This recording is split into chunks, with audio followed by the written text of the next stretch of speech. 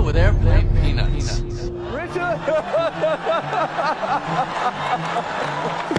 Oh, wow. Wow.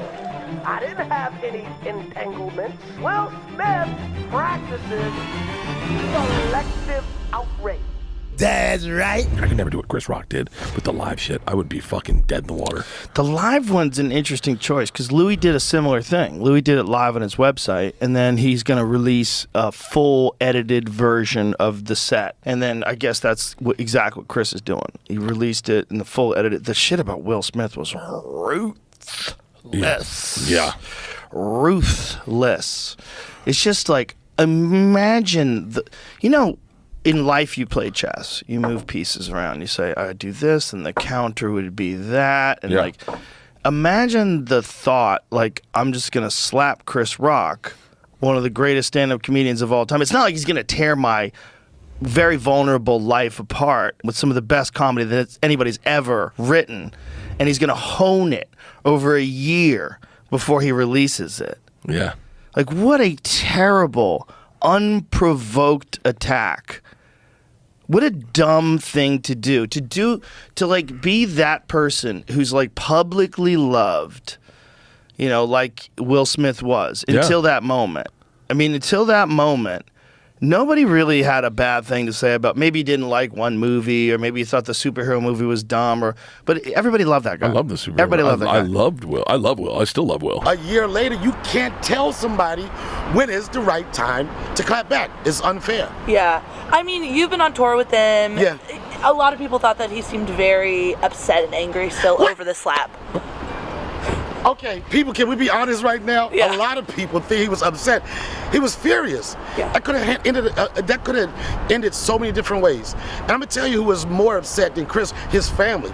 He had people in his family want to retaliate against Will Smith. Will Smith, when he did that, he put his family at risk. Mm-hmm. He put his family at risk. He put his kids at risk. So if you can't take a joke, if somebody can take a smack, you can take a joke. I loved it live. He'd see it at the cellar, and he wasn't selling it so much. Not at all. The water bottle. Look at this bottle of water. It was kind of making me laugh. That stuff. I was like, all right, we got it, man. And I don't want to shit on another comic, but he's one of the greats. But seeing it live at the cellar, it was a little more toned down. It was just about the material, and I liked it more. Well, I think also with someone like Chris Rock, there's a bit of the Jerry Seinfeld thing where it's when you're so iconic, your cadence becomes a joke a little bit. Right. When Seinfeld says what's the deal? Yeah. It feels funny almost, you know? Sure. So when Chris Rock, there's a few times where he was like, the girl, I don't know, whatever he was saying, a girl's pussy changes the world. Changes the world. Yeah, the way he was saying I didn't like when he was calling him a so bitch. Funny. He goes, bitch. And Yeah, he's that saying was a it little, so he's easy. he's a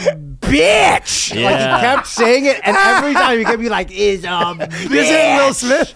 Yeah, then he kept calling him a bitch, and it was every time it was a little angrier. Yeah, that was rough. It sucked though that he flubbed that joke at the end. Oh, that was the my God. worst. I go, oh, and he probably did that 20 times leading up to it and didn't. I know. You know, he probably did that perfectly so many times, and then That right stressed there. me out to And then watch. I know, Yeah. and then I honestly was watching, and I go, wait, what just happened? That's For a why second, I was confused. The live thing is And a then horrible idea. I was thinking, I'm is he going to try to do it again? Yeah, that's it. And he did. Yeah, he did. Yeah, I know. Well, I guess I heard they're gonna what? They're gonna cut it up, and That's what I thought. I heard that too. Yeah. That's what I was kind of thinking. I was like, but I it's bet this still gets up re-uploaded. as this. But how great would it be to be Will Smith? Oh, you got me, except for that flub. You can just zing him. To go live in front of millions of motherfuckers at Netflix, which is a giant. That's a good point. That's a good point. You're going, oh, fuck. It's a new nervousness. Yeah. He's been doing this shit for 30-some, maybe 40 years. It's a new nervousness. And he's a technician. He's a technician. So he's not a free-form kind of... No, and I've seen him work shit over and over. And he records 2 or 3 times and gets the best out of that. Yeah, and that's what most people do. Most people, when they film and there's specials, nothing wrong with he tried the live one. Hey man, you got the power to do that shit. Yeah. So next minute he might do it from a helicopter. I don't fucking know. Yeah. He'd be like, ding, ding, ding, ding, ding. What's up, y'all? Yeah. But I think it would have been a little bit different, stronger if he recorded it. But I think so too. We got what we got. Yeah. And people are discussing it because everybody wants to know. Talk about that motherfucking slap. Because I know he started to talk about it on some of his live show with Chappelle. Yeah. He was bringing it up. here and there because everyone's like, "What about this slap? He's gonna say something." Yeah, it's so hard. That's hard. It's so hard to build a stand-up special when you know everyone in the room all wants. But it's hard to bring talk up about the same because you just thing. got slapped. Yeah. How the fuck do you talk about that shit? That's tough. You got smacked in front of everybody around the world, and Will Smith smacked you, which was so fucking wrong of Will. I'm sorry.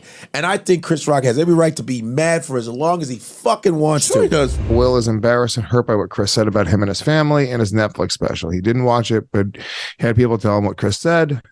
It's everywhere when you look online and on social media. So Will and Jada have seen comments about it. It's so ridiculous. You just can't say anything. Like, if you're Will Smith, you got to just take this one. I mean, like, what do you like? It's the same way I'm saying Chris Rock can't really call him a bitch because he got bitched out. It's like Will Smith can't really be like, yeah, man, that's too far, dude. You went over the line. This is gonna be all over the place now, dude. Everyone's gonna see it. Like, to be like, I'm hurt and embarrassed by what you said. Like, hey, he goes, hey, that joke was a real slap in the face. To your point about live, I would never do a live stand-up. Yeah, I guess my feeling with the live stand-up thing is that, like, it doesn't. I understand creating a gimmick for someone to watch your special. I think that makes sense. That's marketing and that's smart. If he didn't have the Will Smith thing, do it live. Because now you have a gimmick. People go, well, I just want to see what could happen if he does it live, right? No, I don't like live stand-up. Well, just take this in. But he already had a hook. The most powerful hook in stand-up history. Everybody wants to see what it. So don't add more pressure on the moment. Just record 4 shows to use the best show, cut them together, do whatever you want.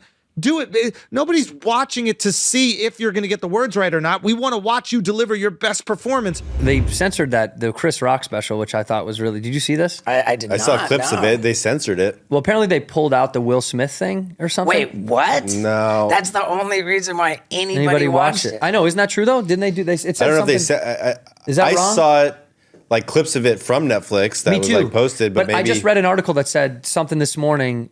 That said that they're going to remove it, maybe, or something. I could be wrong. I highly doubt that. No, but I think it would. Chris, not Netflix. Let me see. Let's see. You just have to cut this out. I doubt that. Chris Rock removes Will Smith joke from special. Oh, wow. Can they do that after the fact on Netflix? I mean, Sure, they can do whatever they want on Netflix. But Chris Rock's fumbled Will Smith joke removed from Netflix special. It's every article I can. Chris Rock's Netflix show, the Will Smith joke will be removed. LA Times, all this. Fumbled Will Smith joke. Probably didn't hit as well if you as watch he the liked. original, he does stumble. He fucks up the joke. If you watch the original, I don't know what he said. Concussion. When he gets to the word concussion, he like tells a piece of it incorrectly, and he talks about saying it wrong. He's like, I fucked that up. But then he continues on. But it's only one It's a little sliver. line. It's one a little tag. sliver. Yeah, it's a little tiny sliver of a thing that. Okay, so because they're not pulling out the. No. But they're removing the piece, which is strange because it's like, why'd you put it in the first place? You had Final Cut. I watched mine 1,000 times. Yeah. I watched it so many times. You hate every single second. You hate the way your stupid face looks. You know, you're like, look at my teeth. You know, like you start to like pick yourself to shreds. You're like, way to go, you fat dad. Like everything looks sad when you keep watching it. So there's no way he didn't see that 100 times and think about it, which is weird that he put it out because it's like. Well, it was live.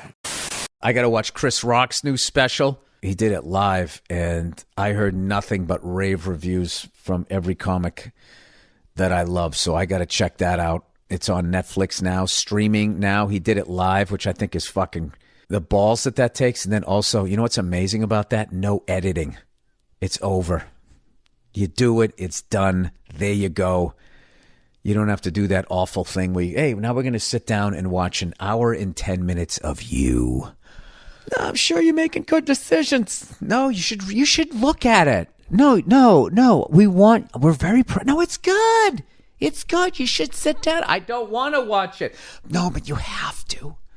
You have to sit down and you have to watch this fucking thing.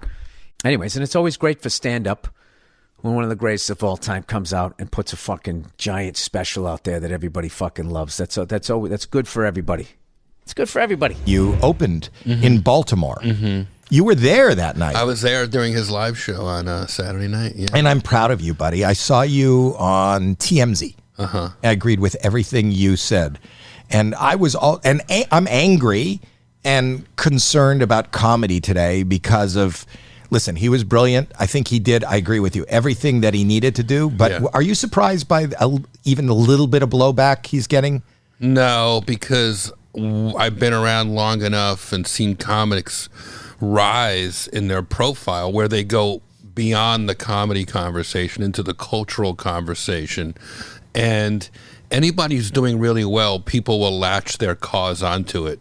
But don't you think that happens more now than it ever did in our... It seems like it. I mean, maybe I just didn't know big comics 30 years ago, but now I'm like, oh, okay, if you're getting killed on social media, or it's probably because you're killing it, you're crushing it.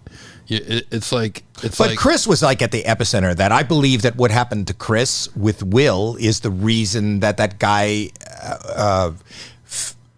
made it okay for himself to jump on stage to Chappelle at the Hollywood Bowl. I don't know what happened to Will. It looked like he was enjoying the joke. Right? When he cracked the joke, Will was laughing, that phony ass laugh.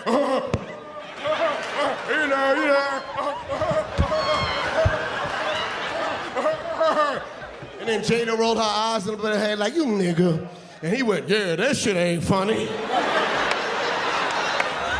The thing that overwhelms me is, as somebody who just shot a 1 hour stand-up special with probably 2% of the budget that Chris Rock spent, I was overwhelmed by the production value. All the pre-show stuff, the staging, the backstage, the lighting, the amount of cameras, even his outfit. Like, everything was just so fucking first rate. It was almost intimidating. It was like, all right, just do the fucking comedy. But, I think, the criticism some people have of Chris Rock is that he does that preacher thing where he keeps teeing up the premise over and over again like a chorus. I don't mind that because it's his rhythm. There's something very awkward about Chris Rock that I find endearing. There's something very genuine about how awkward he is. He's not Chappelle. He's not a natural, smooth comedian. He's sort of just like a guy who's finding his way, like me in that last sentence. And but I think there was a lot of strong stuff. I thought the stuff about Will Smith was ballsy as shit. Yep. But I thought it was really strong. Yeah, he has a consistent rhythm, and that rhythm is awkward. That rhythm is sometimes, or most of the time, not smooth, but then, a lot of the times it's like that little footwork when you're going up to kick the ball, but he lands that punchline, Exactly. So he has that rhythm, and he knows where he's landing it, you know what I mean? And that's flawless when he lands it. And I've noticed his audience is getting blacker. Or they're choosing to shoot more black members of the audience. He used to be a real crossover comic, and most of his audience was white. It's crazy as a comedian who's done this for like a while now, when you realize that all the best comedians are over 50. And you're like, oh, you can just keep getting better if you work at it. Yeah.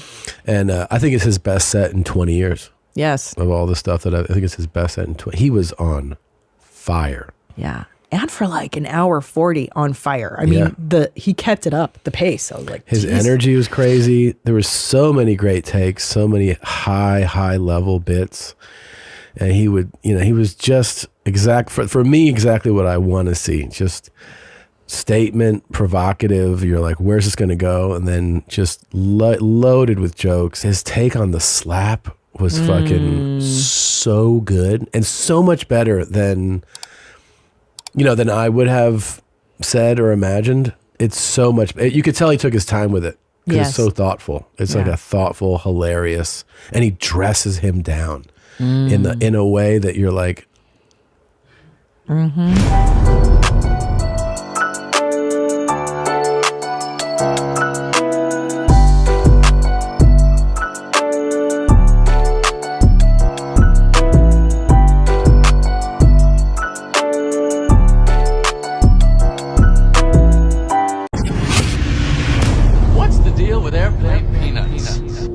Comedy Mothership in Austin, Texas.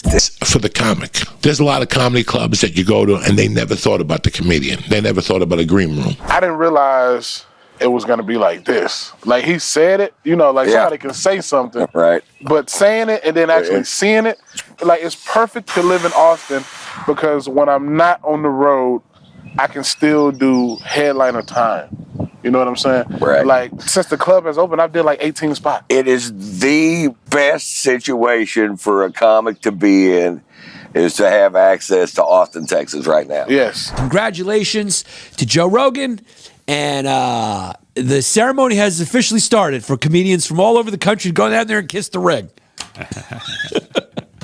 That's what you got to do. You got to cook. You got to kiss the ring, baby. He's a benign king. He's the best. It's a perfect club, perfect vibe. It actually feels like it's been open forever. It has. I was just in there like, this feels like it's been here for such a long time, because it was designed by somebody who had been performing in comedy clubs for so long and just took all the best parts of it from a comedian's perspective and created it for comedians. I'm not going to even just mince words here. That's the greatest comedy club I've ever been in. And I've been in some great ones. I don't even know where to begin. All I can tell is when you go in that place, you can tell that every fucking thing on the wall, on the floor, on the ceiling, sight lines, everything in that place was painstakingly gone over to make sure that it was absolutely perfect. And that's what I kept telling Joe. He goes, how do you like the club? And I was like, dude, it is fucking perfect. It's fucking perfect. The colors of the booth. Mitzi's place, I think that's what it's called, the bar downstairs, the main room, the smaller room. I did sets Saturday and Sunday there in the smaller room. And I love that place. And Harlan Williams, what do you say there, Freckles? He was there in the main room, so I got to see him. The green room, the food, the whole thing was amazing. And I knew that he would have this option. I was like, if a comedian is designing the club, he's going to have the option that you can either deal with the crowd or not deal with the crowd. Meaning, when your set is over, if you want to go out and talk to the crowd, AKA you had a good set. Or maybe you didn't. Maybe you pissed a few people off, and when you go behind the curtain, you just want to stay there, and you can get to the green room without having to deal with anybody. It is fucking amazing. And the club also had open mic night, which is something that went away during my stand-up career. It was how an open mic night was crucial. I can't say, like, Joe absolutely fucking picked the perfect venue and crushed it. It's unbelievable. Cool week. Did Rogan's Club all week. Yeah. It was pretty fucking cool. Dude, that was probably awesome. And then I was the first person to do stand-up on he has 2 rooms. So I got to go first, and it was just me and Dave Chappelle. At which room? The small room. Dude, how was that fucking awesome. Fuck. That room is, it's like, what, 150 people? Yeah, it's small. What'd you guys each do? I did like 20 and then brought him on, and he did his thing. He didn't go that long. He only did like an hour. God, it was fucking wonderful. God damn it. But I didn't do that good. What do you mean? I had to go cold open, go first. Oh. And I wasn't loose because everybody was in there watching, including fucking Dave Chappelle. Rogan introduced me, and Dave Chappelle was next. It was, dude, it was a scary one. I'd jump off the stage. Yeah. Yeah, I was up there. I was like, this isn't going as well as it usually does. Oh, I better do Trump. Oh, fuck. Yeah. It was pretty neat. Pauly Shore. How's he doing? He fucking murdered. It was hilarious, dude. I had to follow him, and he murdered. I was like, God damn. I mean, how much? I mean, you allowed to say how much money you spent on it? Yeah, well, I'm allowed to say it. Oh, you don't say it? No. Okay. Well, he spent a lot. You spent a lot of money on it. Yeah, you had to spend and those money. 2 stages you have weren't. to pay construction people. Yeah, no, I get it. But yeah, they did a great job. They fucking nailed it. Were there 2 stages before? Or yes. Oh, there was 2. They had converted it when they converted it to the movie theater. I think that's when they turned it into 2 rooms. This thing that's happening, and obviously I've been in it my whole life, since I was 4. Yeah. And it's first of all, I'm so proud of you. I see you sometimes, and we give each other hugs. I say I love you, but I don't get to say how proud I am of you. I've seen you my whole, for years, and on behalf of my mom too. Because I know how much you love her, and I know how much she means to you, and I know how far you've come. I know how far you've come. Because I remember when you first stepped at the store. And I remember seeing you in Boston. And I remember, because we're the same age and we came up at the same time. Yeah. And I'm so proud of you, dude. When I say it's different from every comedy club, I'm talking about all the little things, the you know, the layout, the seating, the green room, the sound system, top notch. You know, all the little things that a normal club might have to go cheap on or skimp on or maybe not necessarily get the best thing on. This club is not restricted by any of that. So everything is the best it can be as far as, at least it's the best that the people working for Joe know of. The sound at Joe Rogan's is fucking phenomenal. They're high. These people that are working there are high. Like they're fucking not high on weed or high on drugs, but it's a high to working there. They've been telling me who's been going in there the last 2 weeks. It's like fucking endless who goes in there, from Bill Burr to Dean Delray to fucking Roseanne Barr. I mean, it's just the people, Dave Chappelle, some fucking people from Sports World were down there last week just to watch a comedy show, somebody from Memphis or something. The way it's set up, it's set up to foster new talent too. It's not just set up to take care of existing talent. It's set up so that you create a nice comedy environment where people can go and see guys like Shane Gillis, see guys like you guys go up, see guys like Greg Fitzsimmons, or Schultz was here last week. It was fucking amazing. The club is just fantastic. The club's wild, right? It was so cool. It's a dream, dude. I know. And it's a dream that I didn't even have. I didn't even have that dream. I didn't want to own a club. I'm not gonna be like, I was concerned about the big room. You were concerned because you said to me something about the big room. You were like, "Nah, it was fun," but you said to me, you were like, "It's the most honest room." But you're honestly hilarious. Yeah, but so there's no issues. But that word, honest, is usually used when like, let's have an honest conversation. It's never like, you're beautiful. Thing. You know what I mean? Babe, can I be honest with you?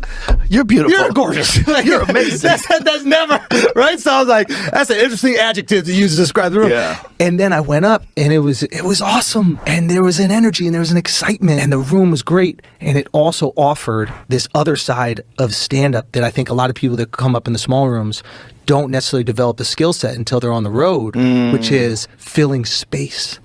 And it was like, you can learn to step on them. And that's how I came up in New York and just boom, boom, boom, boom, boom. And then you go do 3,000 seats. How are you going to fill that? Yeah. How are you going to absorb that? And I was watching Ron White go up there, and that's a perfect example of just like kinetic energy. You're just watching him fuck. He's like the Black Panther suit. You know what I mean? Just like absorbing everything, Bro. and then push back. Joe just would never hear about me retiring. And so then I went around and finished all the dates that I had on the books. I got my chops back, but I made a decision to retire, and that's what I did at the end of the year. But this club is too hard to resist. It's like a warm bath, man. The best sound I've ever heard, the most beautiful club that's ever been imagined. And, it was like Rogan's gift to the comedy community and to Austin. You know, he didn't need that. No. And he did it so we'd all have this great place to grow. And he's such a cool part of the comedy community, and generous. And, he's like the new version of Mitzi Shore. Finally, we got it was nuts. Dude, congratulations again. We're waiting for Ari. That club is beautiful. Thanks. It's fun. Everything everybody said it was too, which is the energy down here is good right now for comedy. Austin's there's a lot of good people here and a lot of funny people that are actually working there, which is fun too. The way that he's paying comics, it's bananas, bro. Bananas. It's like it's just complete game changer. Like I don't know how the other clubs will react. Yeah. Because they're in it to make money. Right. Yeah. And he's developed a model where it's like he doesn't want to make money. But to be fair, he's like, I'm still going to do the Vulcan. I'm still going to do Creek in the Cave. Which is the sweetest thing. So which is very nice. He does not have to do that. This is the other thing that's crazy. This is, if you work at the club, a lot of people that work at the club are comics, you can check out of your shift to go do a spot. And then come back in. Another place? In another place? That's wild. Yeah. And then come back in. And the other place can't be mad because Rogan will still perform at your venue. Yeah. It's literally like Robin Hood shit. Yeah. Yes. He took money from Spotify and is literally distributing it to comics in an insane way. He did something really good for the comics. He invested in comedy. He didn't invest in himself. He's got $300,000 million. What's he give a fuck about? He made an investment for comics. For all you fucking haters out there, for you people who know somebody who hates him, COVID, whatever the fuck, guys, It's all bullshit. It's just fun to be in. Take their phones. Last night was my first time in a managerial position. Like I just came to hang out, make sure everything ran smooth for your show. It was wild. Like to be at my own club where one of my best friends is headlining and all my other friends are opening for him. I'm like, this is amazing. It was a pretty fucking sick lineup. I'm like, this is what's crazy. Incredible. If you said this 10 years ago in Austin, Texas, the lineup that was on last night was insane. We've been doing that a lot, though. That's what's crazy. Like these Tuesday, Wednesday, Thursday shows that we've been doing out here, they're just stacked, dude. And then let's just say highlight of my career.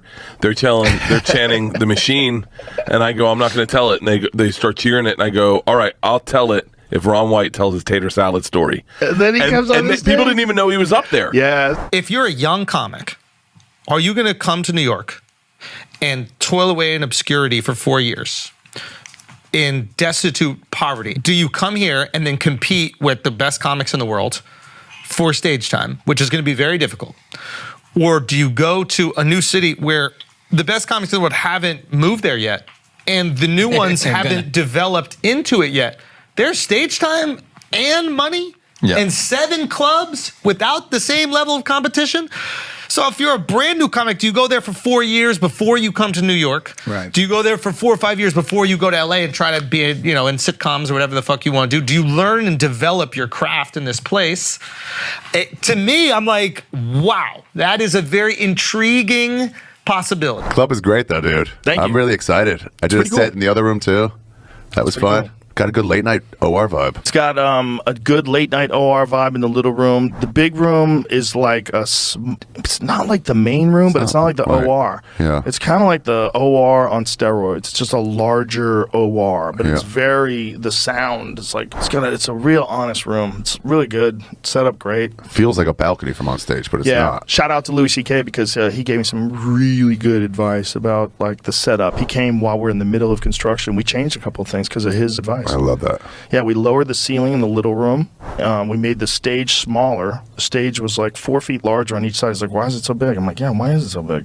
Let's go, chop it up. In the little room. Yeah, I just said, just tell me what you think, and I'll do that.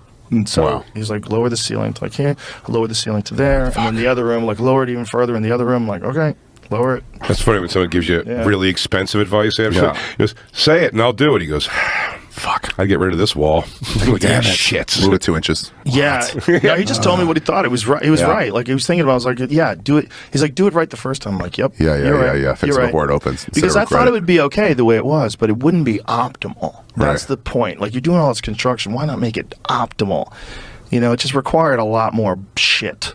A lot more stuff have to be in place. But I mean, man, it's just run so right. I mean, they spared no expense and they it's perfect. You can tell. Is it really? Wow. Yeah. It's everything was so methodical and deliberate. You can tell that someone who's been doing it as long as Joe and pays that much attention to like the art and craft of stand-up was meticulous with what he wanted out of this club, taking the best elements of the Comedy Store and like other places. What did he bring from the store? That I see in the mothership. Yeah. The stages, there's a lot of Comedy Store people that are at the mothership now, because he took a lot of great talent. Yeah. From behind the scenes, like Adam Egget, who's the booker at the Comedy Store, and then some of the wait staff and management too. They're over there now. So it's kind of almost like a mini reunion. How high are the ceilings? Pretty, not like cavernous or whatever. It feels right. Would you lose a dove? Yeah, you can probably lose a dove. Yeah, okay. But it's not so tall where it's too tall. Okay. And then also there's like balcony boxes. Oh, interesting. So there's one for VIP, and then there's one that like the green room you could pop out of and catch the show. Oh wow. And then when you're in the green room, it's sort of like this room that's the green room for both shows. So from the green room you can go into the smaller one. Yeah. And then you can go into the bigger one, that balcony, just catch the show. And then also there's lights. So there's TVs, like 8K. It's amazing. It's so state of the art. I've been doing comedy for 20 plus years. I've been to most clubs all over the country, and the vibe and everything about this club, it's the best club in the country. But it's new. right? So of course, you know, it is, but I'm not going to take anything away from it. So here's some pictures from the mothership. I mean, the attention to detail. That's the green room. So they have two different rooms. They got this main room called the Fat Man and this other room called the Little Boy, which is like a smaller room, holds like 75 or so, and the main room holds like 250. But just like all this art on the wall, all the attention to detail, it's really great. Like that's in the green room. That little sign right there says "Get it together, bitch." That's so Joe Rogan, if you know him. You know, it's called the Mothership. So there's like sort of like alien artwork all over the place, and it's just like there's this bar called Mitzi's, which is named after Mitzi Shore at the Comedy Store, and the bar is this beautiful thing. That's what the from the balcony, the view of the main room looks like. That's in the green room. They have this great bar and like all these great pictures, and it's just like, you know, it's clean and the lines are great, and like, you know, and so I don't know. I really had a great time. It was 5 sold out shows, you know, and I was like, man, he's like Willy Wonka. You know what I mean? He's got this amazing stuff that goes on in there, and they got all the, you know. So anyway, my point is this.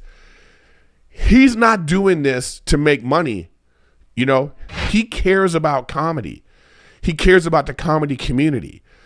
He's building a reputation at his club that he's saying to the people in this city, I am going to give you a great show.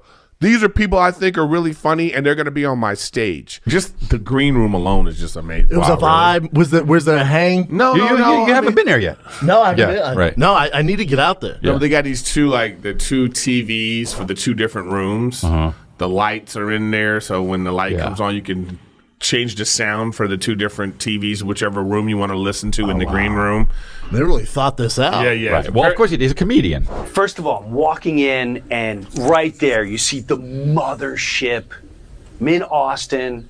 It's a cool part of town. And I see the mothership. Like, wow. And I guess the doorman kind of knew me or didn't know. I said, hey, man, Joe here. And he was expecting me. So I go up there, and you could feel, you know what it is too? You could feel the vibe in there. You could feel the energy. It had it had such an awesome energy. There's comedy clubs I've been into, where you just feel, you feel a darkness. When you walk into the Rogan Experience, you just feel, that up energy, like something's going down tonight. This is gonna be a cool night. And I go up these stairs, and he has this green room, and there's a small comedy club and then the larger one. And from the green room, you go in the larger one, you open up a door, and then you're on the balcony where no one bothers you, and you can watch the show, and you feel that big room. Oh my God, it's loud, it's explosive. It's all different types of people. Like, people are flying in from everywhere. They're flying in from other countries to go to the mothership. And I'm telling you, it's freaking worth it. It's such a cool experience. Dude, is that a gator? No, that's seaweed. I thought that was a gator. It looked like a gator nose. It's just seaweed. Did you get past that Joe Rogan's Comedy Club? Yep.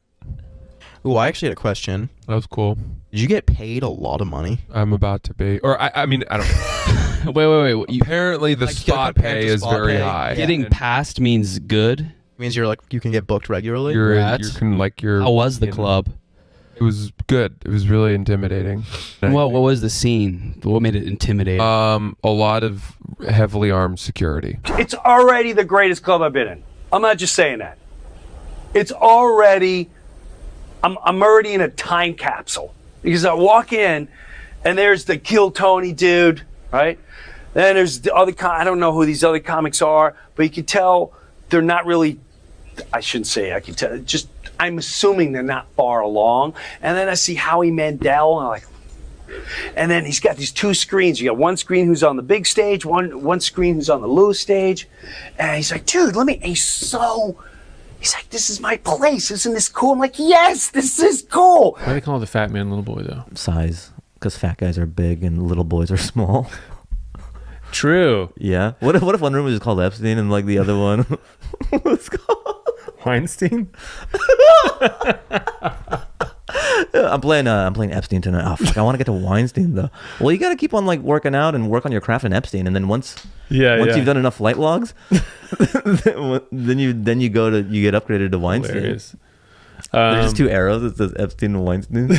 Yeah, when you get there. Also, next time you go to the Comedy Mothership, let me know if this Joke WRLD sticker is still there. I put it up here. I had to jump. We should have filmed that, actually. That would have been funny. At Joke WRLD. That's it. At Joke WRLD. And the world is WRLD.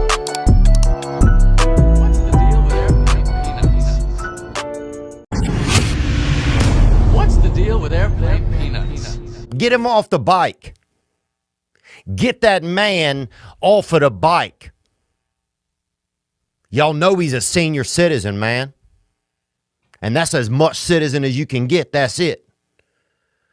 Okay, that dude is right, that dude's hanging out right there on the Lord's doorstep, dude. If the Lord had a ring cam, you would see Joe Biden's on that thing. So don't tell me he ain't about dead, okay? And y'all putting him on a bike. And you should be ashamed of yourself. His wife too, whatever her name is, I don't know what her name is, but you don't put that man on a damn bike. You don't put a senior citizen like that on a bike. And if you do, put him in that little seat in the back.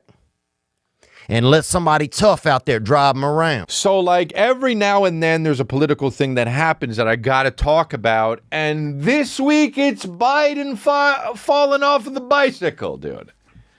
This is the whole thing. I always said when I was a kid, I said there should be one more rule on having your driver's license. You should, and this has nothing to do with the Biden thing, but it kind of does at the end of it. You have to be able to catch a ball. That's it. If someone throws you a ball, and they can underhand it, but you have to be able to catch it. If you can't catch it, you can't operate a car, you can't operate a bicycle, you just can't. You got to stop doing that, right? Okay? And what this does is, it weeds out the people who are going to fucking kill people by mistake. It weeds out people that are going to crash into you. It weeds out people that are going to fucking drive off a cliff by a mistake. They're going to be operating a forklift and spear somebody, right?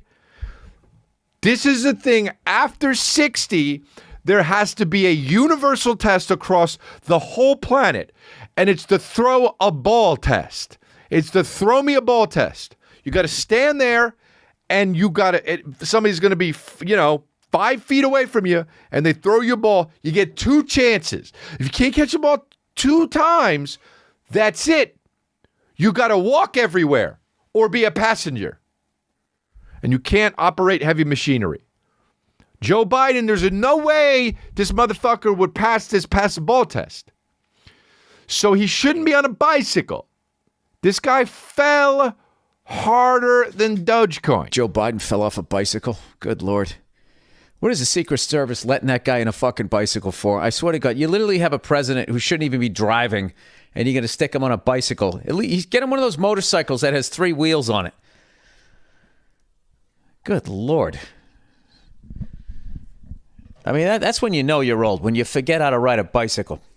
That's, something you never forget. Oh, you live long enough, you do. Duncan thinks that the Biden that fell off the bike yesterday was a fake young Biden. Man, dude. No. You think it's a body double?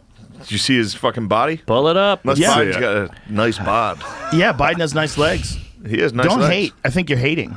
I couldn't have been happier to watch that guy fall off that fucking bike. That's how high gas prices are. I'll be honest. He is the gift that keeps giving. If you're not a Biden fan, I haven't seen it yet. Let's see it. It's fun.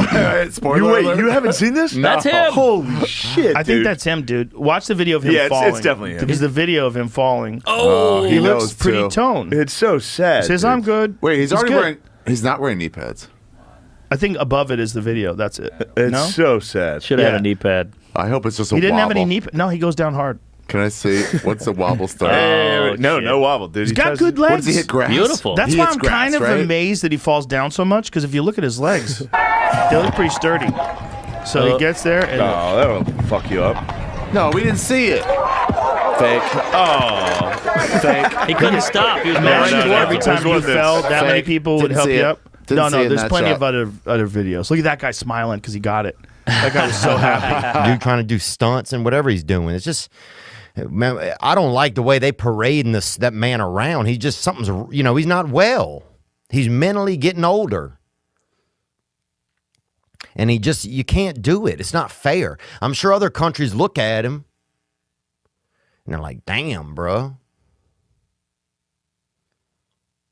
So it's just time to stop, To me, it seems sad that we keep putting him out because he don't seem well.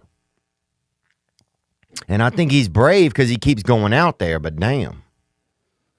Get that man off of the damn bike. You see somebody fall off a bike, you're happy. Yeah. Come You're on. happy. But when they're that old, it becomes really funny. Like if a 20-year-old guy falls like that, it's not as funny great. as a 79-year-old guy falling like that. Yeah. The president. The president coming up and be like, hey, everybody. Who falls more than him? Because it used to be they used to joke around about Gerald Ford being clumsy. That's right. That was the last guy that they talked about being a klutz. What do you mean that's right? He fell a lot. That was like Gerald his thing. Ford? Yeah, he would fall walking up the Air Force One stairs. You don't and know? shit. Great. No. You didn't know that? Yeah. Well, here he goes. Here he goes. Stupid ass. There he goes. He's down. Oh, he Whoa. couldn't was stop. stopped. What was that? Well, his foot got stuck in the little fucking pedal thing, and he thought he was gonna lean his weight on his right leg, but he had already tried to get his foot out of the pedal thing, and he already committed to going down. Here he goes, I'm fine. He shook it off. It's He shook it hilarious. off. He's talking to Taking a kids knee. now. I'm fine. By the way, Take a knee. Who's he got talking up. to? He got up well, too. That's a hard fall. I think he's talking to a youngin. He's all right. He does love the youngest. He does love. He'll just smell them. Bitch, not moving at all, so nervous. Can't get his foot out of the pedal. Dude, so bitch, when you're coasting and you're not moving, just like this. Bitch with the helmet has to do it because he's president, needs to be a fucking role model.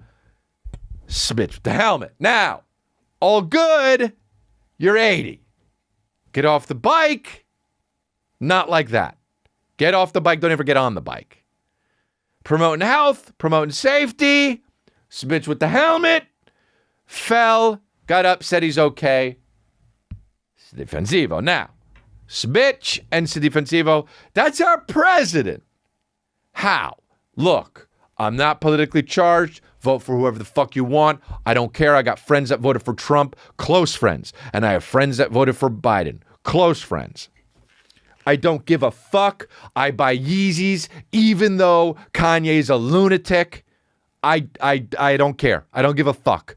I don't do the thing. Well, I buy New Balance because I had a New Balance. Why people tried to pressure fucking Steph Curry to not work with him because they voted for Trump and he's now spoken about Trump. I don't give a fuck, dude. If the shoe's nice, the kid's getting it. But the president has to be able to catch a ball or he's got to lay off the bikes, you know? And it's fine, but it's like, dude, this guy can't catch a break. Poor guy, you know? Poor guy. Fell hard. What if somebody walked up and put your granddaddy on a bike right now? What would you tell him? Get him off the bike. That's what you'd tell him. That'd be so funny to be like the PR people on that and be like, we're going to get you. You're going to be riding a bike. Everybody's saying you're not spry. Right. Here we go. I'm surprised, honestly, he didn't die. My grandma, my great-grandma, we used to call her Super Grandma. We would laugh so hard. I don't know why we called her Super Grandma, but we used to walk in and fucking make her put her arms up like this. She was flying. Never saw her bottom half because she always had a blanket over it. And we'd be like, do Super Grandma. And she'd put her arms like that. We would fall so hard. And then one day she fell down the stairs, broke her hip, and died. That's a death sentence. If you're fucking 80, you fall down, you break your hip, that's a death sentence, dude. Have no idea why, but if you break your hip, you die. That's what happens. By the time, if you're 100, you break your hip, instant death. Joe Biden's 80, can't believe he didn't break shit. Maybe he did, and they're trying to cover it up. I'm not a conspiracy theorist, but, you know, I still think he's a hologram, honestly. On his bicycle. Look at this. This is from... At this point, I think what happens is he takes his left foot off, as you can see. He thinks his right foot is out of the saddle. Clearly it's not. He goes to step down. Why is it? This is from, first of all, this is from, it says President Joe Biden falls off his bike. This is the first YouTube video I clicked. It's from Boxing Now. Pick a lane. Also, why is Boxing Now commenting on Joe Biden on his bike, Joe Biden riding on his bike, And also, why is there commentary on it? Dude, I hate when you can't get the fucking video, dude. You just want to see Joe Biden fall down and some guy's like, and that's where he did it. I think it's because now let's sit. Now, here we are at the round table. Why did Joe... It's like, dude. Pulling him to the ground, obviously pretty scary for someone that age to fall like that. But obviously he's up. He's talking to people. Wow, the way he's actually walking talking to a little over. girl there in the crowd. And things seem to be going In so much fine after pain. that point. The White House chimed in. Their press secretary said that he was fine. This is not, it's boxing now, not news. We talked to the White House. The White House chimed in and said that it's not a big issue. It's going to be fine. Now, back to talking about Evander Holyfield. There were a few more comedians that reacted on social media, like Joe Rogan posted this on Instagram, this meme of him interviewing Biden after the fall, and that has 1.3 million likes. Mark Norman tweeted, gas prices are so high, Biden's on a huffy. Jeff Ross quote tweeted the New York Times post explaining what happened about President Biden falling off his bike Saturday while trying to dismount in front of a small crowd of reporters, and he said, once again, caving to the right. Jessica Curson said, did the president fall off his bike today? And then Mike Cannon also tweeted, guys, seriously stop. Biden falling off that bike could have resulted in a lot of us laughing to death, so maybe be sensitive, you fucks. Those are all the reactions so far. We'll make a part 2 if any more come out. Make sure you subscribe to Joke WRLD right now to stay in the loop, comedy news-wise, for everything you need to know happening in the comedy world. And follow us on Instagram. We'll send you some of these free Joke WRLD stickers if you DM us your name and address.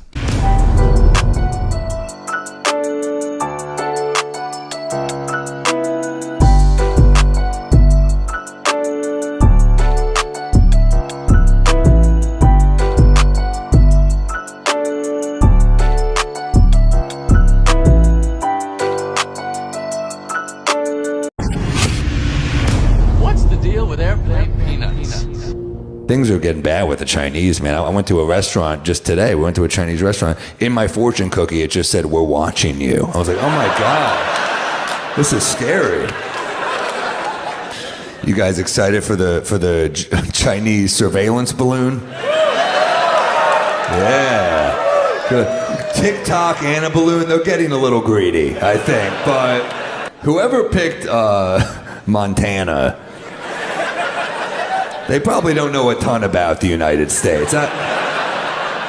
We should spy on the Americans. What are you thinking? Billings.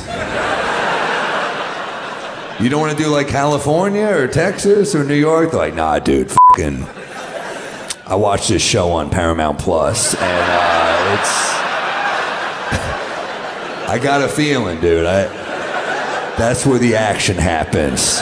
What a cartoonish. This is like a 90s movie, like an early 2000s movie that we're being spied on with a balloon. Is this what China? I thought China was very sophisticated.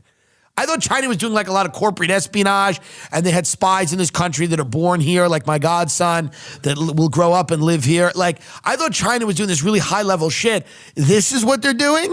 They're sending a hot air balloon? Maybe we don't really have to worry about them. This is what they're doing? They're sending a blimp? I want to talk about them chopstick balloons. They were flying over the United States of America. Yeah. Come on, bro. Yes, the Chinese Lantern Festival. Can we talk about the Chinese Lantern Festival? Let's talk about it. That's all that was. Park? She's Korean, Alex. North Korean, bro. Oh, shit. Oh, fuck. Come on, son. My bad. Come on, son. All right, so they shot it down. It was flying over America for a few days. Yeah. Right move or wrong move? To shoot it down? Yeah.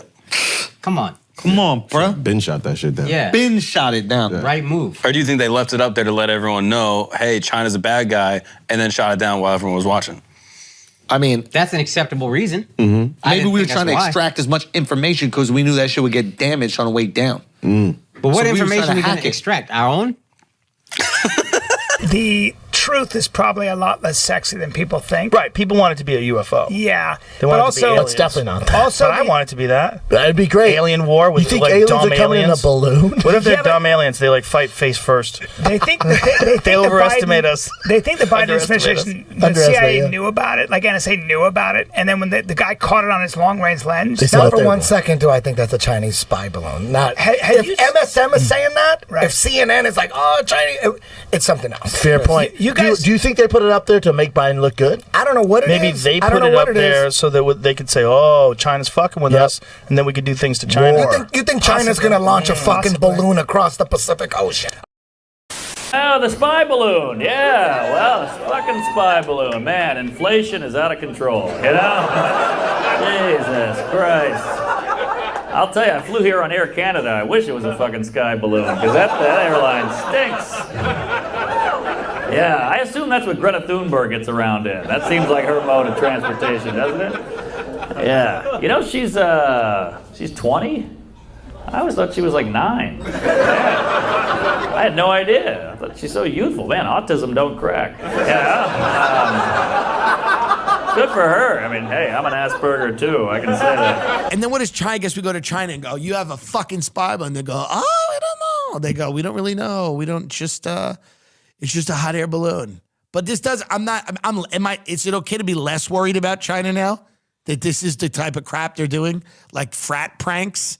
They're sending hot air balloons to spy on Montana. Maybe they don't really know what's going on. We tend to think China's like the biggest threat, but maybe they're not. We don't know. A balloon has the ability to maneuver and had changed course. Right. Oh, well, how did it terrific. drift off course then, if they have the ability to maneuver? Changed course. Oh, okay. I mean, it didn't drift off course. Right. It seems like it's under its own power. Yeah. So that's the worry about shooting it down was the payload, like it's large. The worry was that there would be debris that would hurt the civilian population. Yeah, right. And then the other thing I saw was that they actually wanted to be able to like observe it more and see what it was and capabilities and whatever. And it might be more useful to it in the sky than shot up into a billion Well, the pieces. Avengers have a net they could shoot out of a jet. You telling me the United They States doesn't should've have a done that net? shit. I don't know, man. That's a compromise position. I like that.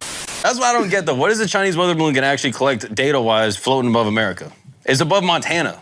Like, I don't get what it was actually Where do you think we keep our nukes, Mark? But what can they not see from, like, everything else? They trying to see if they pointed to them. Yeah.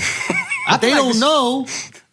We might go around the other side. That's my point. You know, Or through. Why don't they go through? You don't think we dug a hole to China? Yes, that's my question. You don't think we dug a hole to China? I think think we have. 100% we dug a hole. I think this is a decoy. That's how them motherfuckers got here, probably.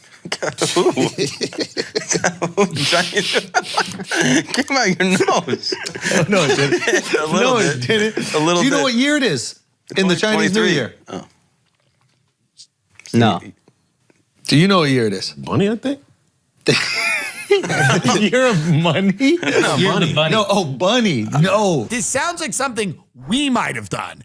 This sounds like an idea that comes out of our Defense Department. What if we put let's do a balloon. You put it over Montana. Yeah, but we say it's a Chinese balloon.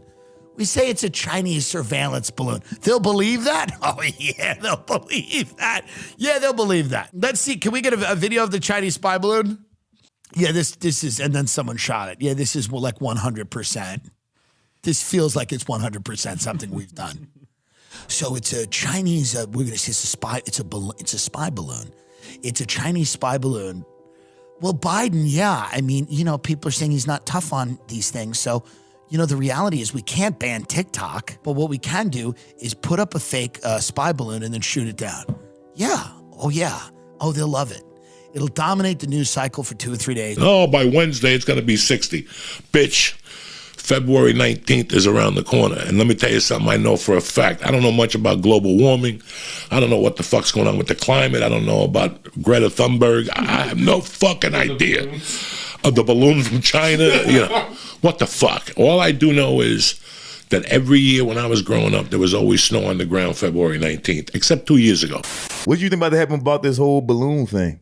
I think it was bullshit, honestly. They said it was explosives inside of it. There's no way they didn't see. We have the whole Earth satellited out. True. We have Google Earth. So there's no way we didn't see that fucking. You think this is some conspiracy shit so we can start a war or some shit? No, they'll slowly. They don't even. We're probably at war with countries right now. It's all economic now. Yeah. Biden be capping, yo. I don't think I don't think the balloon was real because they said it was in Montana, then it went to Canada, then Wyoming, then it got shot down over the Carolinas, all in a day. And I don't know how fast balloons travel, but I don't think it's not that damn fast. That's crazy. Not at all. Yeah, I know how cars work, and it didn't hit any power lines. Yeah, right. Balloons always hit the power lines. Come on, dude. True. Apparently, a lot of power outages are caused by Mylar balloons hitting the power lines. Damn. But yeah, dude, we have the technology. We could have went up with a drone and grabbed it with a sky robot and brought it down and saw what it was. The fact that they're were hushing it. They could have fucking. That was bullshit. I think that was bullshit. Yeah. The next tier of the Schwarzenegger God. channel immediately generated movies based on current events as they happen. You must develop CSB, a movie starring Arnold Schwarzenegger about the Chinese spy balloon that was recently shot down. This is Dude Z Plus Premium, the Schwarzenegger channel. Begin. Okay. So, That's a lot. he insults my impersonations. By the way, my Seinfeld is fucking, in my opinion, equal to yours. This is just some weird doozy shit. You got to get See, that's a good Seinfeld. I don't know, man. So so this Chinese spy balloon. No, but what Doozy's saying here is that it wants to create a channel now that is going to start making shit based on contemporary news stories, to have like fictionalized movies, or at least movie versions of these things pop out immediately as they're happening, starring Schwarzenegger. Yeah. So we got to do a Chinese spy balloon movie with Arnold Schwarzenegger. Yeah. I could see him being like, he's a Montana rancher. He's the first guy to see it. Yeah. I'm a Montana rancher. Yeah. And my name, my name is Connor Williams. Yeah. And I was born in Montana here. Born in Bozeman, Montana. But why then do you sound like that if you were born there? Because I'm an American guy. Yeah. That makes sense. And then I look up in the sky there and I see, what is this? The moon? No. It is a Chinese spy satellite. Right. Chinese spy balloon, CSB. Yeah. So now the plot of the movie is that you have to find out why this guy is up there. I think it's like he sees the spy balloon and he calls the local authorities, and it goes all the way up the chain to Washington, and they tell him like, no, there is no spy balloon. Shut up. Don't say anything about this. Keep this quiet. But he's not going to take it lying down. And he has to figure out a way to shoot the spy balloon out of the fucking sky by himself, because the U.S. government is trying to keep it secret. If you forgot to take a picture on Valentine's Day, don't worry. Go to ChineseWeatherBalloon.com. They have all your pictures there uploaded into their mainframe. And should be fun. This might be the last Valentine's Day during peacetime, because next year we might be in nuclear war. So really enjoy it, because next year, what we're going to do next year for Valentine's Day? Eat the 30-day supply of fettuccine Alfredo I have in the basement, put on my night vision goggles, take our iodine tablets, and just live in the basement under the rubble.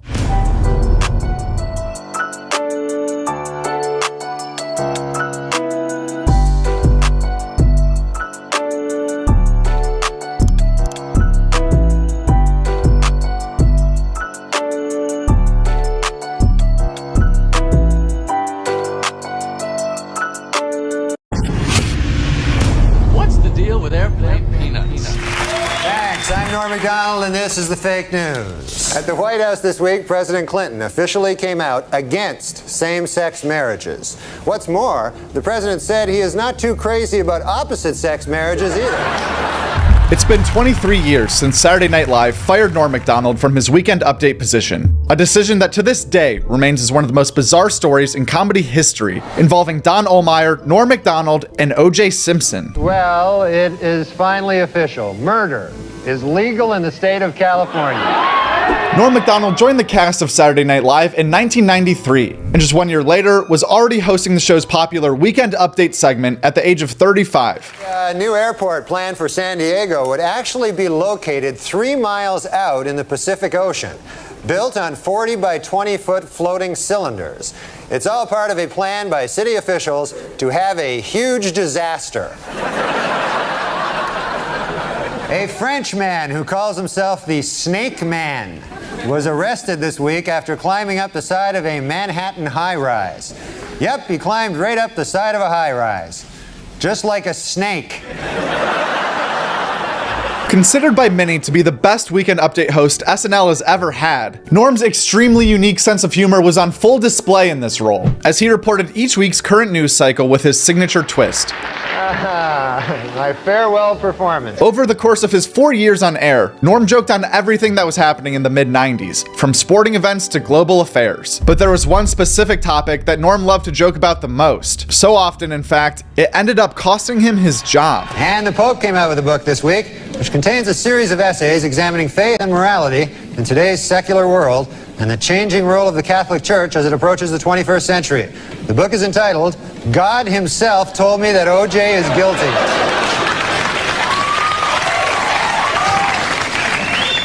In other book news, Prince Charles released an autobiography in which he states that he never loved Princess Di and that his father pressured him to marry her. The book is entitled, Of Course O.J. Did It. I mean, come on. In his book, O.J. Simpson says that he would have taken a bullet or stood in front of a train for Nicole. Man, I'm going to tell you, that is some bad luck when the one guy who would have died for you kills you. That's probably... You don't get worse luck than that. And O.J. announced this week that he's coming out with a new book called I Want to Tell You. And if it's successful, O.J. will work on yet another book entitled From Football to Prison, My 25 Years of Showering with Other Men. You don't mind if I ask you a question? What's that? I hear this story, and there's like this press release that you get your ass fired. Is that true? No, you didn't get fired. Yeah, they fired me. No, they didn't fire you. No, I'm serious. I talked to a guy that said I'm fired. Now, why would they fire you? Well, who fired you, first of all? Let's get some names here. Let's get this on the record. Well, I don't know the guys, because the guys I work with, like Lorne Michaels and stuff. Did Lorne Michaels fire you? No, he didn't. He didn't fire me. Right. He likes me and stuff. Well, it's his show, isn't it? I thought it was his show, yeah. But well, then how can a guy come in from the outside and fire you? Somebody from ABC fired you? No. They're NBC. What happens is you work on the show, and then there's these guys that hang out like in the halls. Yeah, we got them here. We got them here. And they're called executives. They're NBC executives, right? And then I'd see them. I didn't know who the hell they were, what they did, you know. Now I know what they do. They fire me from Weekend Update. But they said that this guy, Don Ohlmeyer, who turns out to be the president. Yeah, now I know Don Ohlmeyer, and just between you and me, he's an idiot. Oh. So he goes, oh, yeah, I'm firing you there from the show. And then I said, oh, that's not good. And then I said, why is that now? And he goes, oh, you're not funny. Yeah. And then I said, holy Lord, that's even worse news, you know? Did you do something to this guy? Did you bust into his house or something? No, I didn't do anything. I don't understand, first of all. Because I get kind of depressed sometimes, because this guy, he's best friends with O.J. Simpson. Right? And that's now, fine. Is that true? Are they best friends? Yes, they're best friends. They hang out. This guy and O.J., they play golf. Yes. Now, how can he not like me? Yeah.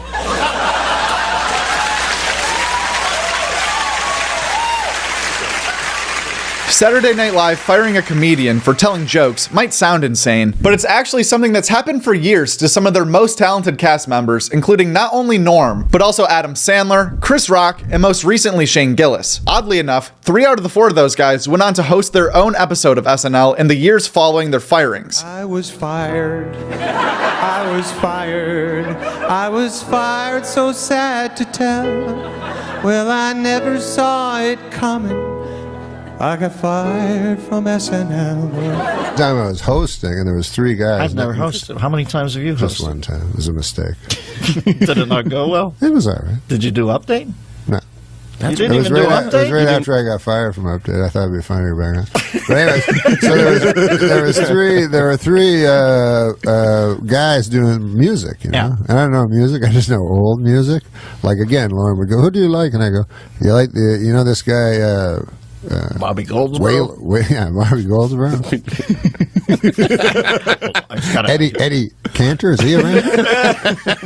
And Lauren go, "You've got to go," you know. So who'd they have on? Very hip. So they young kids. had hip guys that everyone else knew except me. It was Snoop Dogg. He just changed his name, and he was angry because I kept getting it wrong. Mm-hmm. It used to be Snoop Doggy Dogg.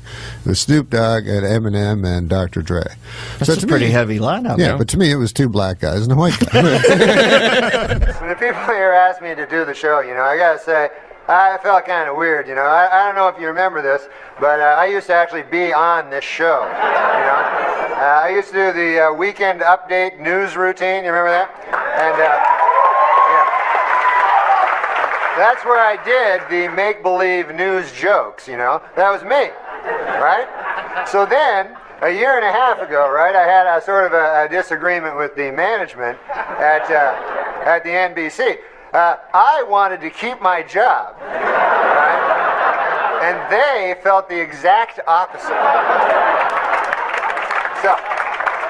So you see, they fired me because they said that I wasn't funny, you know?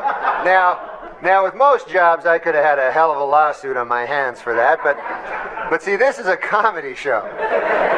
So they got me, you know what?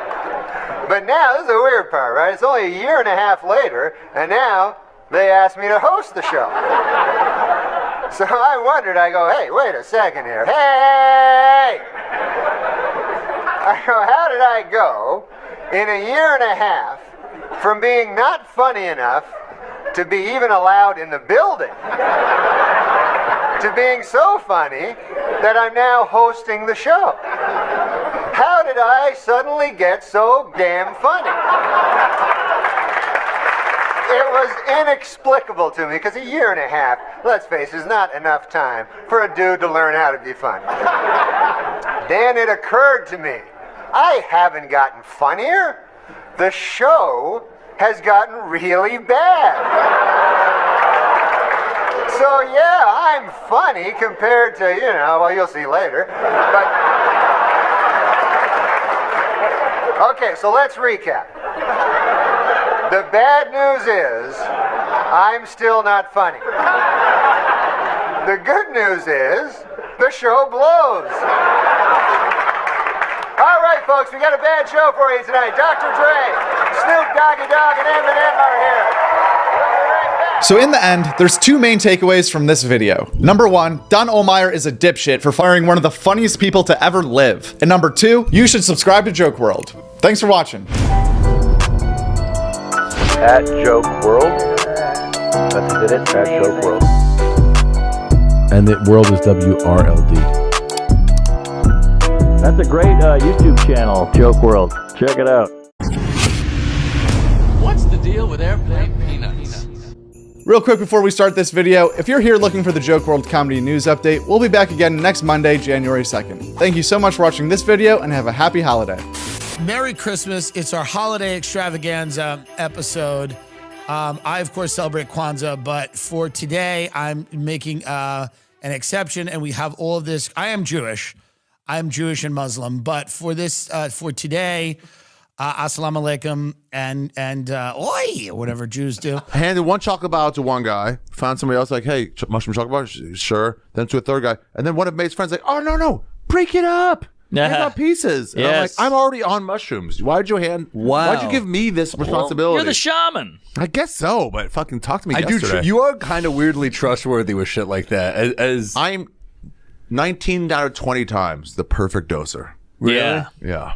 Well, the 20s was Bert. Yeah, Brad. And I will say, I got the right amount in him. I saw Bert then. I can vouch. She had a fucking ball. Dude, I did Sober October, and I've never felt less anxiety. Really? I was like, dude, I'm free. I thought it was the weed. I talked to Bert though, and he was like, no, I feel nothing too. Whoa. It might be the booze. Booze is bad. Booze is great. Though. Who would have thought that alcohol is Bert's problem? That's crazy. I thought it was shirts. Who would have thought? Look at my mouth. Oh my God. Do you gag? Yes. Every time. So does my little brother. Does he? Does he want to hang my out? My grandmother used to. Tell him you to met follow me on Josh. He Grindr. loves you. My little brother loves you.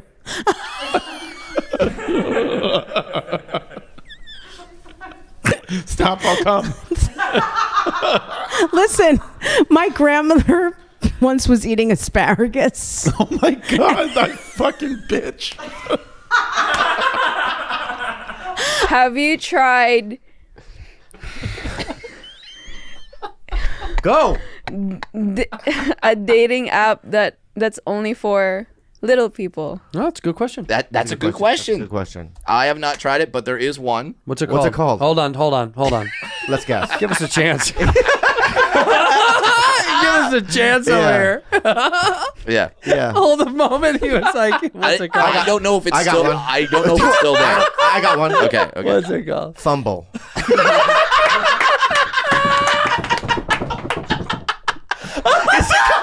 Is it called Fumble? Oh my God!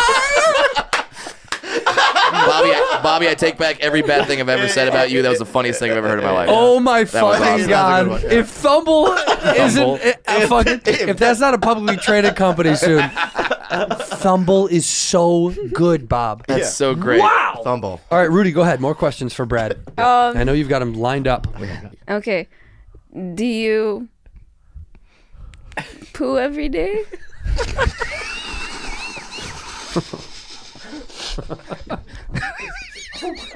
Yeah. How do you think they make? Wait. Time out. Time out. I don't know. Wait. How do you think we got these things in here?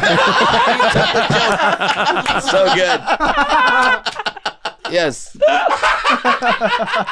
Reese's Pieces. Yeah, where the fuck do you think these things came from? The North Pole, you fucking idiot. But think about that question, right? She equates size with frequency of bowel movement. Do you poo every day? Yeah. Orange Theory, great workout class. It gets What you is it? Your heart rate. They go. You They're get on fucking for females, dude. Yeah. For chicks. It's for for chicks girls. that are For trying to get chicks. husbands. You went to a girl gym? To like a fucking. It's like, you're already married and you're not a lady. It's like you sit on like a fucking little bouncy thing and just fucking work your inner What? thighs. Yeah, they do it for hot chicks. It really is. What bouncy thing? It's like a medicine ball to make your fucking. Yeah, dude. Did you do the Kegel class? You're in Scientology of gyms? Yeah. Dude, it is a little culty. Joe's on his back tightening his asshole. Yeah, dude, Joe's He's holding on to two soup cans? Are you through? Squeeze. Are you No, through? no, Because no. I'm concerned about my health. No. We're taking action. No, you Tell us orange. about your fucking Garfield. Yeah, kid. Orange, first of all, it's hot chicks. You guys are like the guys that make fun of the male cheerleaders who are just looking up skirts all day. Yeah, they're Yeah, they're gay. They're not They're looking silly. up skirts. They're They're looking at throwing each up. other's tight Yeah, asses. they have to put Vicks under their nose so they don't throw up. like coroners. They're not turned on. They're like, ew. Yeah. They go, oh my god, how does that have nothing in there? Oh. Just nothing? It's just a hole? Oh, that's like It's a hole? philosophically doesn't make sense. No, it looks like a Muppet's mouth. Joe's sweating, and then some hot girls fucking running, listening to a podcast, and Joe goes, my fucking cholesterol's high, and she's like, get away from me. What is Orange Theory? What are you doing? Orange? I've always seen it, and I thought it was a fucking yogurt shop. I thought it was juice. You get juice. I thought it was how Orange they. Julius, you dum-dum. I thought it was how they rehabbed like paralyzed people. Yeah. I thought they put you in a machine where they move your arm and shit. What's the theory? Tell us the theory. All right, so the theory is your heart rate. Joe is gay. Joe is gay. Joe is gay. Joe List is gay. Joe List is gay. You know what? That doesn't work as well. Yeah. Joe, let's just make people make their own assumptions. Yeah. All right, fair enough. Hey, listen. No. I'm not a chant guy. I'm not. Yeah. Oh my God, you're not a chant guy. I'm also not above putting a little pee-pee in my mouth. Of course you know. You got that jacket from one of those guys. Yeah. Okay, so you're at the theory. All right, what's the theory now? Heart rate. Orange Theory. Heart rate times. This is the kind of thing Lewis shits on, and then next time you see him, he's like, dude, I'm telling you, Orange Theory, I do it twice a day. Don't Everything I did before is stupid. You're not doing Skankfest next year now. Why? It's over, dude. No, he laughed right in my face, dude. It's over. He can laugh. He announced the new dates today. He can laugh. Orange Theory. Yeah. Is your heart rate. It's about heart rate. Color Getting your the- blood. It's getting the heart rate into a good orange zone, and every minute you're A in fat there. burning zone. That you usually- We've been talking about that since the 80s. You think this is a new thing? Yeah. No, it's not new. It's getting your heart rate to a place you could normally only get it to through butt sex. Oh, you go to a... Joe. That Joe. Why was he even invited? Go through He's an OG. I'm the original. You've never been here for this. Never once. Podcast. Go through the archives. He's never been here for this, and he's ruining I this left. one. You took You're my just- place. You're mad because your new gay gym is not going over well with us. Yeah. By the way, that Lewis is like, oh, you think that's new? What do you think, jujitsu's new, you fuckface? I'm not going like, hey guys, you see my new theory of jujitsu? I didn't say theory. You guys, I named it. hey Lewis, you should check out my new gym. It's called jogging mysticism. It's this thing they've learned where you're not really running, you're just jogging a little bit, and it's really good for your heart rate. Yeah, nice antlers, you queer. Dude, Yeah. I just went to my new gym. It's called Dumbbell Mythology. Oh my god, I This love whole it. thing was just dumbbells. Yo, is Orange Theory held in the steam room? Yeah, they had to call it Orange Theory because bathhouse is illegal. Well, whatever. At least I'm not on prescription meds. What? Right? We all are. Dad, I want to. Everyone What is it? Your heart rate? You don't want to hear it. I You want just to hear want it. to shit on it. No, I don't want to shit on it. I want to go to Orange Theory. This sounds great. Yeah, let's all go. Get a Let's go. picture from the producer. I know. Can we get a picture? Nicole, Orange as we Theory? talk about things, Nicole, bring them up. It's just Tom Segura dead at Orange Yeah. Theory. Oh, he did die. He died at Orange Theory. No. Yeah, dude. Anyways, the point is to get splat points.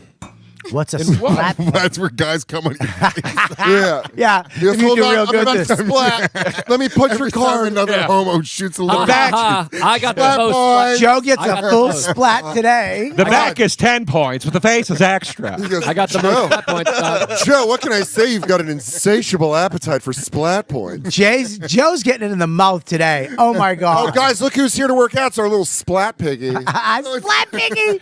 Joe's a splat piggy. I called dibs on Joe's mouth. It makes my penis look bigger. Ah, shit. I love that Joe's getting smashed. Joe's getting splatted. Shit. Splat points. Splat points. Splat points. I'm gonna be ripped. Christmas is a little more than a week away, and I can imagine you're a little stressed. My arms are tired. But I can imagine you're a little stressed. Yes. What's that like? Is that why you're behaving the way? I mean, the energy on you right now is palpable. Yes, I get what the doctor calls HPV tension headaches, where you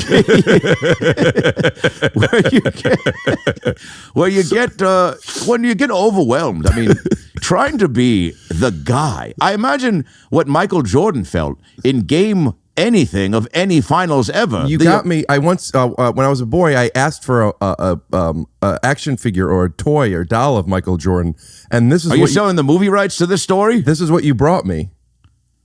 Jordan brought you that? You, when I was a kid, I asked. Don't expect me to remember every fucking doll I bring. I'm telling you, I asked for a Michael Jordan doll, and you gave me this. Well, that's the closest thing we had in stock. But then how come the next year you got me this? Well, I was overcompensating. Christmas Eve, I got planned at my sister's house. That party has moved to my sister's house. Nice. From Denise's to my sister's. She's going to cook, and that's a good time over there. It's trashy. We've gotten into those TikTok games. TikTok games. The kids like playing the TikTok games. It's like the first time, so they have like a big counter, similar like my mom's kitchen, like the big like island counter. Yeah. And you take always a sign of a rich kid, ladies and gentlemen, in the 80s and 90s. Sure. When they had the island. That's back when Orion's had a couple of bucks rolling around. I used to look at those islands and be like, man, yeah, must be nice. Sure. And then your family breaks up, and it's not that nice. Who gets I wouldn't the give it island? anything for one Christmas, all right? 2 Christmases ain't everything it's cracked up to be. I'll get it. How about one loving family? How about that? 1, 2, 3. Jingle bells, jingle bells, jingle all the way. Boom, boom. Oh, what fun it is to ride in a one-horse open sleigh. Hey, jingle bells, hey, jingle bells, hey, jingle all The haze are throwing me the off. way. You're improvising. I don't like it. You don't want the improvisation? No. Merry Christmas. Happy Hanukkah. Happy Kwanzaa. Happy Festivus. Happy. Does Satan worshippers have a thing or no? You better believe it. Happy Satan Day. Is that what it is? Yeah, because they think Satan was the one that killed Jesus. But if Jesus was born on the 25th. If. Oh, whoa. Whoa. Whoa. My bad. Wow. Yeah. Presumably. He was. Maybe. Yeah. I wasn't there. How would I know? I wasn't at the manger. In a way, we were all there. Whoa. Let's see the birth certificate. Let's see. Show, right, Yeah, just yeah. like Obama.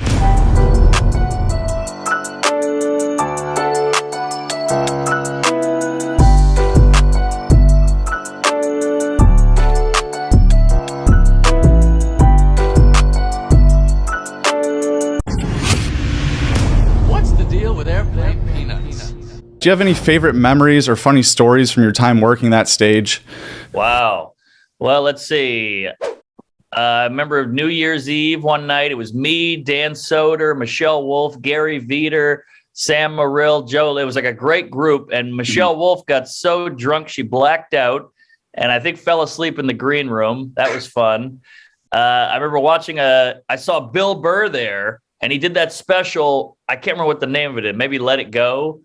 But it was sold out. It was before he was huge. And he sold it out. And me and Nate Bargatze went to watch. And it was unreal. He did the whole bit about Arnold Schwarzenegger. He's like, this guy's been killing. He married a Kennedy. He was Mr. Universe. Then he became the governor of a state he can't even pronounce. I can't remember the special that was on. But I got to see it. I got to see his rise. I saw Paul Mooney there. I saw Doug Stanhope there. And he saw Dave Attell in the back, and he goes, "Dave, what are you doing here?" And Dave Attell goes, "Well, I heard a white voice coming out of Caroline, so I had to see who it was."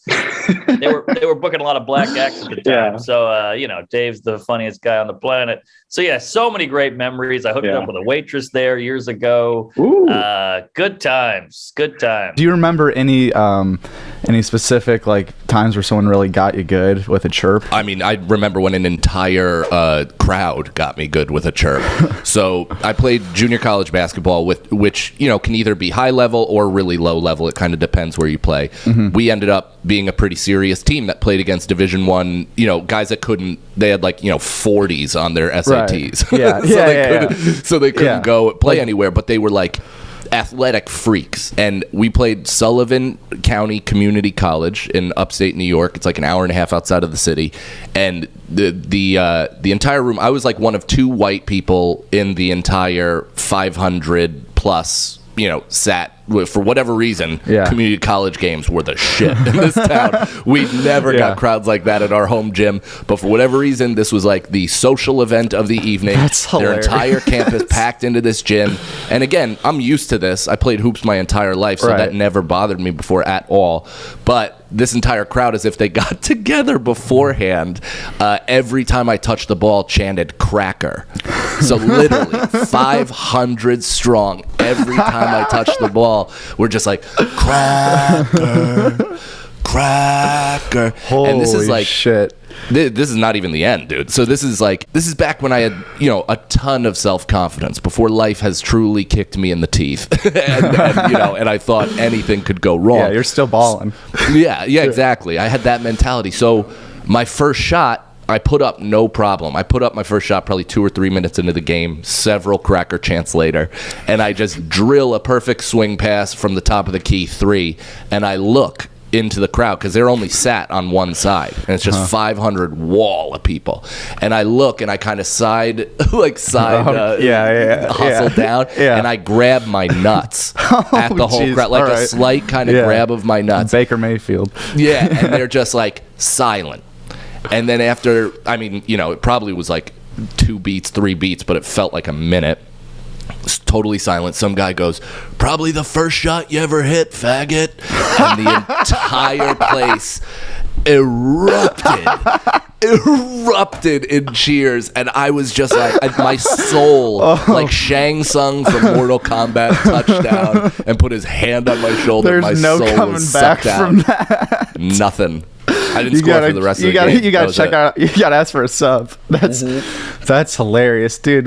That's so funny when there's a silence and you can have a whole captive audience in public like that. And even with doing really edgy, I don't like to be filtered. I like to make fucked up jokes. I like to make political jokes. I have a podcast called Pier 69. We push it sometimes, and I think people get it. But you even have to be careful. Sometimes you make a joke and you're like, "Oh, that's edgy," and then people are like, "I fucking love that," and you're like, "Whoa, I was kidding," and I feel like you like it too much, and it's weirding me out. That's funny. That's like a Big J Ogerson joke. He had a joke where he's like, "It would be weird for me if I was saying racist jokes and everyone in the crowd wasn't laughing, if they were just nodding their head "Yep." I'd be like, "What?" This is not a political rally. We're just comedy.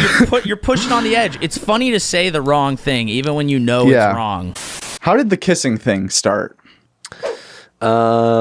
Well, they realized that I'll just tell them anything they want to hear, and then they started asking me about my love life, and then I was like, well, I'm trying to, fuck comedians, and then they're because that's who I'm around all the time, and then they're like, let's bring one out, and then they were like, is she here? And then they're like, yeah, she's here, and then she was sort of like, oh, gross, he's the worst, I hate him. And then they're like, does anyone want to kiss him, to kind of balance out the fact that she was clearly not attracted to me. And then that girl kissed me, and then every week Tommy was like, is it okay if I do that every week? Some people are weird about their moms watching or whatever, and I was like, yeah, I don't live my life in a way that my mom would. She's not the one person that I'm trying to impress. You know, I kind of need to live my life. So, but yeah, I mean, he started doing it every week, and it was fun. And then people stopped wanting to kiss me for whatever reason. Maybe because they saw the 30 other ones beforehand. Yeah. I always wondered as a Bills fan if it's a touchy subject. No. I love OJ. You know, I say, you know, it's a shame what happened to Nicole and Ron, but I mean, the man ran 2,000 yards in a season. So Yeah. what do you Heisman. want, you know, Yeah. he's still up on our wall of fame, actually, Juice in is the loose. stadium. Yeah, he still has the bust up in the Pro Football Hall of Fame, but I didn't know he was still in the stadium. That's Yeah. I'm sure we're supposed to get a new one in 2026 here coming up. So Yeah. I'm sure his name will like be forgotten in the move. I'm Right. going to guess that right now. I'm making just that lost call, but lost along the yeah, way. people love OJ. But if you go to the Bills Stadium, you'll see a ton of OJ jerseys. That's crazy because if you think about that compared to like how they did Joe Pa when all that went down, taking down the stats, just erasing him from history basically. And Well, that was more the institution than it was like. Think about what happened when they did do that. When they fired him, there was like riots as if George Floyd was murdered. It was That's crazy. true. You know what I mean? That's true. So it was like bananas. So I mean, that's kind of how Bills fans are. We're like, you know, it's a shame he murdered those people, but you know, he's still best Buffalo Bill of all time. Maybe That's true. That's the white person's George Floyd is Joe Paterno's statue being removed. They're not missing too much, but there's not over much. Yeah. If that Did you do makes comedy sense. in Ohio? Yeah, in Cleveland. Did Hilarities a few times, and then Great club. Yeah. Really good club. I performed there in 2016. I did a weekend, and I was staying at the hotel right across the way downtown, and on Sunday, there was a note slipped under my door that says, "The RNC starts tomorrow. All hotels are sold out in the whole region for the week. Oh, you cannot yeah. extend your stay. You must Yeah. you must be out of your room. Evacuate the premise." I was like, that is the most Republican thing Yeah. you could have done. I also learned this about that week when the RNC comes to town. All of the bars get to extend their closing hour to 4 because there's Wow. so much partying and coke and drinking. Wow. And apparently it is busy season for male prostitutes. I mean, for female prostitutes too. But there's a lot of like, you know, Lindsey Graham types. They're like, "Ooh, I'm going to have me a little feast tonight." Wow. Yeah. I never would have thought that. I would have thought these were some old dudes that were boring as fuck. And That's what not they'd love you to going think. bar. Yeah. Yeah. They're doing a great Hey, job. Listen, I'm sure Democrats party real hard too, but we're That just is not as fun awesome. as Republicans. The only thing I remember from being there during that time was the year that the Cavs won the NBA Finals, and I was at the watch party in Game 7 when they came back from that 1-3 lead. One of the greatest nights of my life and greatest accomplishments that I've ever had was watching my team win that championship. But I was in the Everyone gets hand jobs tonight. Oh, It was that everyone kind of gets night. hand jobs. That was the second busiest time for male prostitutes. Dude, there was just recently there was some kid at a carnival that was like over the weight limit. Yeah, that was in Orlando. Oh, really? Yeah, he died. Wow. Yeah. Yeah. That's that was crazy. fucked. Yeah, no, like they didn't put his harness on correctly, or it just, I don't know exactly what happened, but I saw the video of it, which is horrible. Don't watch the video of it. All right, it's we're putting the harrowing. video in right now. And we're going to take a quick break to watch the video. link in the description. If you want to see the fun spot death. Yeah, that's your new compilation series Yeah. on Joke World. Yeah. Fat kids fall to their death. Is people dying. Yeah. Dude, Yeah. fuck all this like stand-up comics talk about We're it. going a Ever new heard? direction. Who gives a shit? Yeah. What we're doing now is compilations. Now that I have this audience hostage. Yeah, you've garnered enough subscribers that you can show them the content that you want out there. Yeah, dude, welcome to the Live League podcast. It's literally half of what your mom's house is. That's true. That is literally your mom's house. They should. Yeah, it's just Segura giggling at ISIS beheading videos. Yeah. He's like, "Is this funny? Yeah, did you like this? Yeah, this is what I laugh at. It's ISIS beheading. Neil Brennan's like throwing up. He's like, Yeah, "Did you like dude, this is good stuff." Danny Brown's Yeah. cackling at some kid falling off a fucking that's zip funny. line or whatever the hell. Having some perspective on it, it was pretty nuts. Just any night of the week, it'll be like Burr, Sebastian, Segura, Rogan.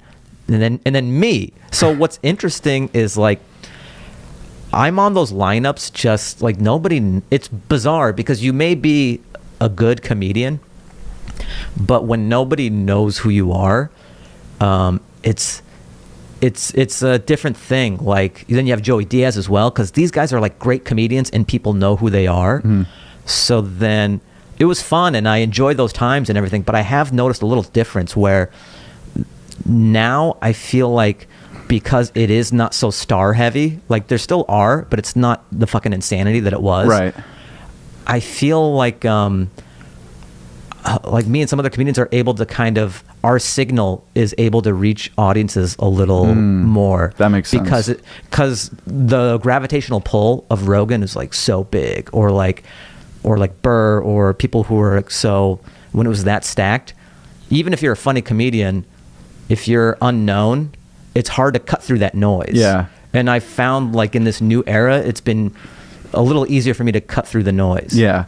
And it's not even like we're saying like known, but people like Bill Burr and Joe and Theo and Joey Diaz, these are people that like fans know, but there's people that are obsessed with them, like not even like just regular fans. They have like super like crazy fans that almost like they could go to the store, see those guys, and then still be, you know, in awe that they just saw Joey Diaz while you're on stage. All they're thinking about is, I can't remember when Joey Diaz said that. Exactly. Yeah. So it's like and we're like two different frequencies. Like I love Joey, but like we're like different. If you're in, it's like Metallica's a great band and then so is Michael Jackson. Like Yeah. there's not a ton of crossover. Yeah. And sometimes that happens with comedy, where if you have an act that is a certain type of frequency that 80% of the crowd is there for, even though you have your own thing and merit, it's going to be hard to kind of like get into the hearts of that other 80%. I'd say Joey Diaz does not have a lot of frequency similarities with anyone.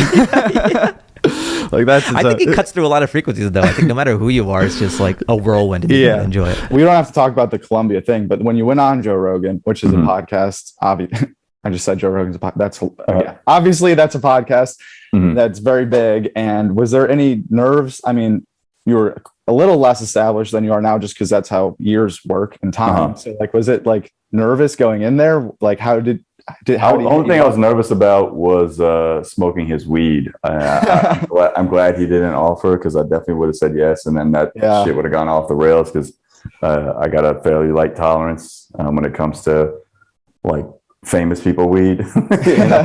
But you got to say yes. But luckily he didn't offer. He didn't offer, so I didn't have to indulge. Was he smoking? I don't think so. I don't think he was. No, he wasn't. That'd be kind of weird, I guess, if he was. Yeah, no, that would have been strange. What do you get excited for nowadays, doing it 15 years? Is every time you go on stage still the same pop internally, or like what do you seek out now? I get to do college shows. Those are fun for me because they pay you a lot of money and you get to travel somewhere and just do like one show. So that's nice. I like those because those are easy, do you fun ever gigs. meet any local whores? Of course. Nice. But I got excited for doing shows with like big names who I'm a fan of. Yeah. Like you saw me at Big J, right? Yeah, I was just about to say that. Yeah, he saw me open for Big J. That was my 4th weekend with Big J. And I got excited working with people I'm fans of. I mean, I've gotten to work with a lot of my heroes over the years, like Anthony Jeselnik, Doug Stanhope, Nick Swardson, Kevin Nealon recently. But yeah, just a list of Pablo Francisco was like the first person I ever got to open up for, and I was such a huge fan of his. But yeah, like I've gotten to work with most of my heroes, and it's been pretty cool. Has there ever been a time where it's like, don't meet your heroes? They really let you down? And I can't talk about it, but there was a hero who took me on the road with him, and he just was a complete psychopath. Really? And just a wild drunk, and just abusive to me verbally. In general, just really mean. And it broke my heart because I was a huge fan. Yeah. And I grew up watching him on TV, loving him. And then to have him just be mean to me for no reason, too. It was all his own, like, drunken delusion. So that was a shame. And, and I've tried to mend it with him, and there's been opportunities, but he just seems to refuse to want to have any relationship with me. It was Bert Kreischer. No. Were you there around the time that the Dave Chappelle thing happened? I was there. after. I wasn't there at the same time, but the security really got heightened after that. In fact, even I had my own personal security guard Netflix had for me. So at all my shows, they came to my show, they stayed until I left. That's pretty cool. That's a good response. Yeah, when I left the venue, they left, but they stayed. Even I did a show on Friday, and then I got asked to do a second show, and the security guard stayed. So I felt like it was really unnecessary. I feel like I could use an attack on stage. I could use the press. That'd be fine for me. That sucks. You know, I mean, I heard Chris Rock's sales went up really big when he got slapped. I mean, I would take a slap for upping the ticket sales, you know? So you heard it here first. I've been slapped for no money before. That's a good way to think about it. If anyone out there is at Dusty's next few shows and is feeling bold, he welcomes a slap. Yeah, in fact, I've never got paid for getting punched. You know, I've been punched many times, and it's always for free. It goes on and on. Let me give the proper credit here. Uploaded to YouTube at Joke WRLD. That's who did it. At Joke WRLD. And the world is WRLD. He cut this for over like 4 minutes. I love it, and he really overlapped your reactions to like, it's so good. Yeah, it always amazes me because the amount of time it must take to do this. Thank you to all the comedians who were guests on the Joke WRLD podcast this past year, and also thank you to all the viewers and subscribers who made the show possible. Please let me know in the comments who you'd like us to interview going into 2023. Goodbye. God love you. You're a mensch, and if I was gay, I'd blow you. Same here.